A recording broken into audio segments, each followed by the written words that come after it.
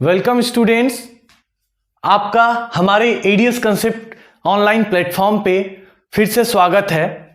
अब हम आज की क्लास में जो हमारी सीबीएसई क्लास 10th की जो सर्कल चैप्टर है उससे रिलेटेड हमने थ्योरम को करना है। हमारे पास दो थ्योरम है इस पॉइंट पे, इस टॉपिक पे, तो हम एक एक करके इन दोनों थ्योरम्स को आज समझते हैं, क्योंकि जो थ्योरम है ना उसी बेस पे आपकी जो नेक्स्ट एक्सरसाइज या जो क्वेश्चंस हैं उसी बेस पे सॉल्व होने हैं। सो हम स्टार्ट करते हैं अपना पहला थ्योरम।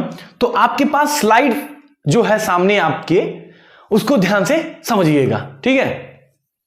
तो हमारे क्वेश्चंस हैं the tangent at any point of a circle is perpendicular to the radius through the point of contact. जो एक टेंजेंट है ना, वो जो पॉइंट ऑफ कांटेक्ट पे होता है उसके परपेंडिकुलर एक लाइन गई है रेडियस के थ्रू। तो चलिए, आपने क्वेश्चन को समझा और देखा, तो अब उस क्वेश्चन को हम प्रैक्टिकली देखते हैं कि वो जो कहना चाहता है पॉइंट वो क्या क्या है। क्या था कहने का तरीका? यही है कि जो टेंजेंट है, वो जो टेंजेंट है, ये हमने टेंजेंट खींचा है किसी भी पॉइंट पे, सर्किल के किसी भी पॉइंट पे जो पॉइंट ऑफ कांटेक्ट है हमारा, वो परपेंडिकुलर यहां से सेंटर से आया हुआ है। जब सेंटर से ये परपेंडिकुलर आया हुआ है पॉइंट ऑफ कांटेक्ट, तो ये जो पॉइंट है हमारी, ये जो लाइन है रेडियस, वो सबसे छोटी है, मतलब शॉर्टेस्ट है। तो प्रूफ क्या करना है हमें, आप पहले ही लिख दीजिए टू प्रूव। टू प्रूव क्या है कि जो हमारा OM है, वो ये जो हमारी हमने एक पॉइंट और OP या OQ कोई भी एक्सटर्नल पॉइंट हम खींच लेते हैं, उससे छोटी है, या जो एक्सटर्नल पॉइंट टेंजेंट पे एक्सटर्नल मतलब आउटसाइड द सर्कल के बाहर एक पॉइंट हमने लगाया है, वो इस डिस्टेंस से छोटी है। तो देखिए क्या है कि जो गिवन वैल्यू है उन्हें हम लिख लेते हैं। गिवन वैल्यू क्या क्या है? OM जो कि हमारा एक रेडियस है, OP एक लाइन है जो किसी मतलब पॉइंट पे है, एक्सटर्नल पॉइंट है, कहां पे? On tangent, external point on tangent, tangent line पे कहीं एक्सटर्नल पॉइंट है। अभी ये दोनों हमारी वैल्यू मिल गई। अब देखिए इसमें करना क्या है, आपको देखना है कि जो OM है हमारा, OM is less than OP। आप एक और पॉइंट खींच सकते हैं, D कर दीजिए और लाइन को खींच दीजिए। OM is also less than OD।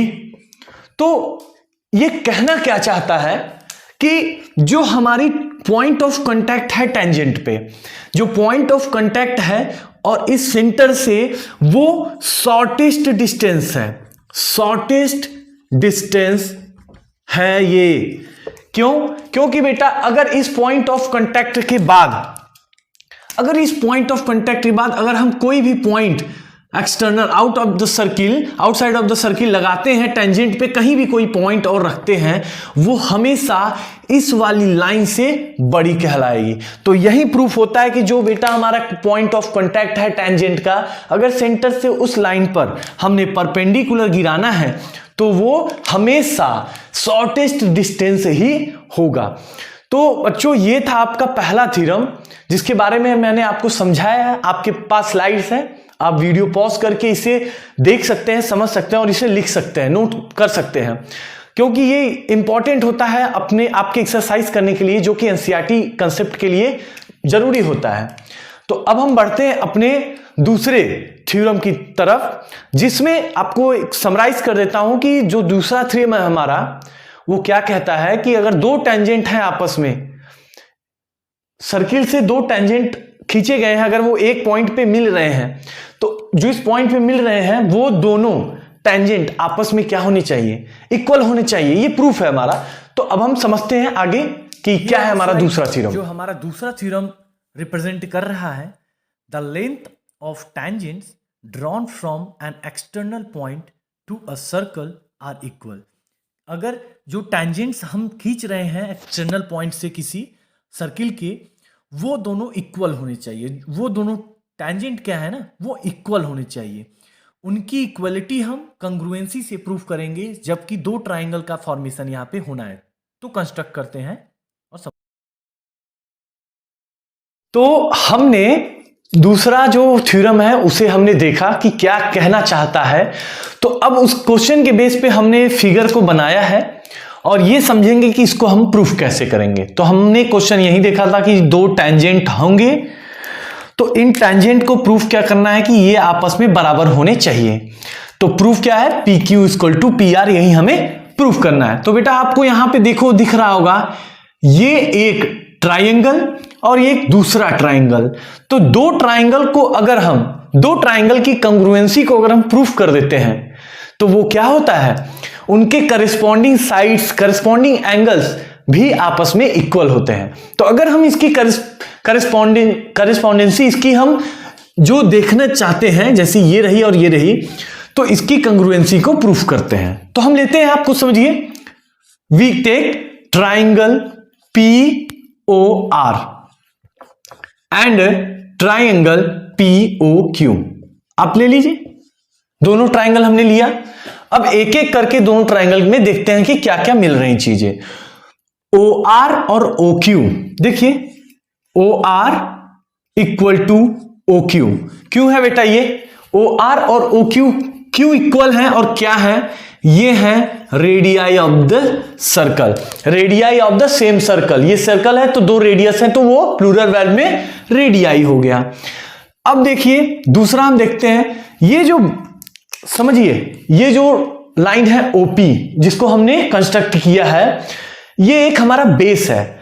इसके ऊपर भी एक ट्राइंगल बना है और इसके नीचे भी, मतलब इसी कॉमन बेस पे दोनों ट्राइंगल को बनाया गया है।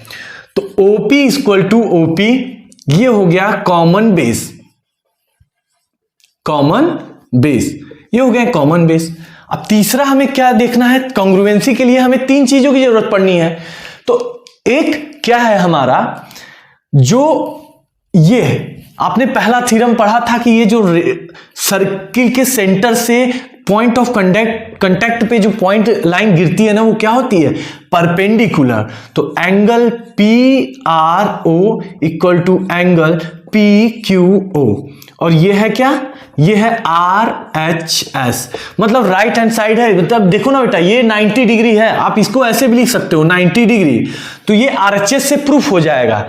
तो प्रूफ क्या हो रहा है, प्रूफ हो रहा है कि जो हमारा ट्राइंगल पी ओ आर है, triangle P O R congruent to triangle P O Q. तो मैंने क्या बताया आपको कि अगर दो ट्राइंगल आपस में कॉन्ग्रुएंट हैं तो जो उनके करस्पॉन्डिंग साइड्स होंगे P R and P Q is always equal. यही तो हमें प्रूफ करना था बेटा। तो आपको समझ में आई चीजें कि कैसे इन्हें कर रहे हैं। ये हमारा दूसरा थ्योरम है जिसमें करस्पॉन्डिंग साइड्स को प्रूफ करना था कि जो दोनों टेंजेंट आ रहे हैं ना इस पॉइंट पे, ये इक्वल है। तो कैसे हो रहे हैं बेटा, हमने ये रेडियाई हो गए हमारे, ओपी और ओपी एक कॉमन बेस है जो कि इन्हीं पे दोनों ट्राइंगल बने हुए हैं, और ये एंगल और ये एंगल क्यू और आर, एंगल आर और क्यू आपस में क्या है 90 डिग्री के हैं। तो हमारी तीनों से हमें क्या मिल गई कि जो हमारे करस्पॉन्डिंग साइड्स हैं वो P R equal to P Q है। तो ये सेकेंड थ्योरम था। तो ये दो मोस्ट इंपॉर्टेंट थ्योरम है हमारे सर्किल चैप्टर के, क्लास 10 के। तो बेटा अब इन थ्योरम के बेस पे आने वाले जितने भी क्वेश्चंस हैं उन्हें हम लगाएंगे और समझेंगे कि इस कंसेप्ट का कितना यूज हो रहा है वहां पे, ताकि हमें उन चीजों को करने में इजी हो। ठीक है, तो अब हम कंटिन्यू करते हैं अपने कुछ क्वेश्चंस पे, देखते हैं इस बेस पे कुछ क्वेश्चन करने पे हमें जो ये कॉन्ग्रुएंसी प्रूफ किए हैं ये कितना काम आता है। तो क्लास से बने रहिए, आपको अब हम क्वेश्चन की तरफ लेके चलते हैं। ठीक है, आपने क्वेश्चन को देखा और समझा, तो उस क्वेश्चन के बेस पे हमने अपने फिगर को तैयार किया है। तो अब कंटिन्यू करते हैं कि क्वेश्चन को कैसे किया जाए। क्वेश्चन ने कहा था कि जो सेंटर से टेंजेंट के एंड पॉइंट पर जो डिस्टेंस है वो 25 सेंटीमीटर है, और Q से P तक जो ये टेंजेंट की वैल्यू दी है परपेंडिकुलर डिस्टेंस तक वो है 24। तो ये जो रेडियस है, जो OP है परपेंडिकुलर लाइन, उसकी डिस्टेंस क्या होगी, ओपी इक्वल टू व्हाट। तो अब देखिए ये राइट एंगल ट्राइंगल है, देखिए यहां पे राइट एंगल 90 डिग्री है, तो राइट एंगल ट्राइंगल है, तो आप क्या लगा सकते हैं कि ये 90 है, ये हाइपोटेनस है, ये परपेंडिकुलर है, तो हम क्या लगाएंगे, hypotenuse square equal to perpendicular square plus base square. इस फॉर्मूले का यूज करके यहां से हम क्वेश्चन को सॉल्व करेंगे। देखिए ये है कितना है हमारा, फाइंड क्या करना है हमारा, ये बेस जो पता करना है। अगर इसको हम खड़ा कर दें तो ये ऐसे ही आएगा ना, इसको अगर हम ऐसे उठा कर सीधा करते जाएं तो ऐसा ही कुछ फिगर बनेगा, तो ये 25 बन जाएगा, ये रेडियस हो जाएगा, और यहाँ पे 90 डिग्री है और ये 24 हो जाएगा। तो चीजें देखिए, परपेंडिकुलर और हाइपोटेनस दिया हुआ है, आपको बेस फाइंड करना है।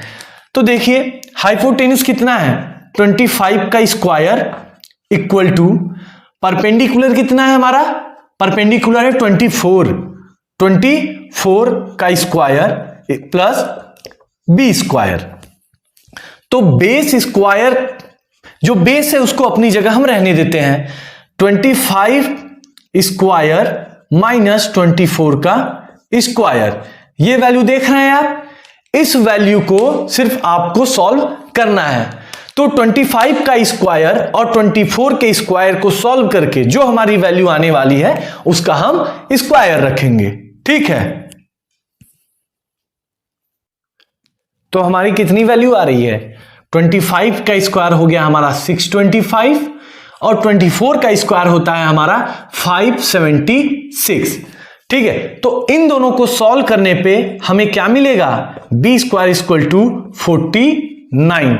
तो 49 किसका परफेक्ट स्क्वायर है, ये होती है 7 की बेटा। तो हमारा आंसर कितना आ रहा है 7। तो इस क्वेश्चन का जो सॉल्यूशन है बेटा इस तरह करेंगे, आप कंस्ट्रक्ट करेंगे ना सही से, तो आपको सॉल्यूशन भी सही से मिलेगा। तो ऐसे ही आप इस बेस के 2-3 क्वेश्चन और सॉल्व करेंगे। किसी तरह की कोई भी प्रॉब्लम होती है तो आप कमेंट कीजिए और हमसे पूछिए। तो आज की क्लास में हमारी जो एनसीईआरटी कांसेप्ट के लिए है, जो थ्योरम 1, थ्योरम 2 और उसके बेस पे हमने एक क्वेश्चन किया है, और आगे भी क्लासेस में क्वेश्चन जारी रहेंगे। तो हमारे इस ऑनलाइन प्लेटफॉर्म पे ज्वाइन करने के लिए थैंक यू। तो आप क्लास से बने रहिए।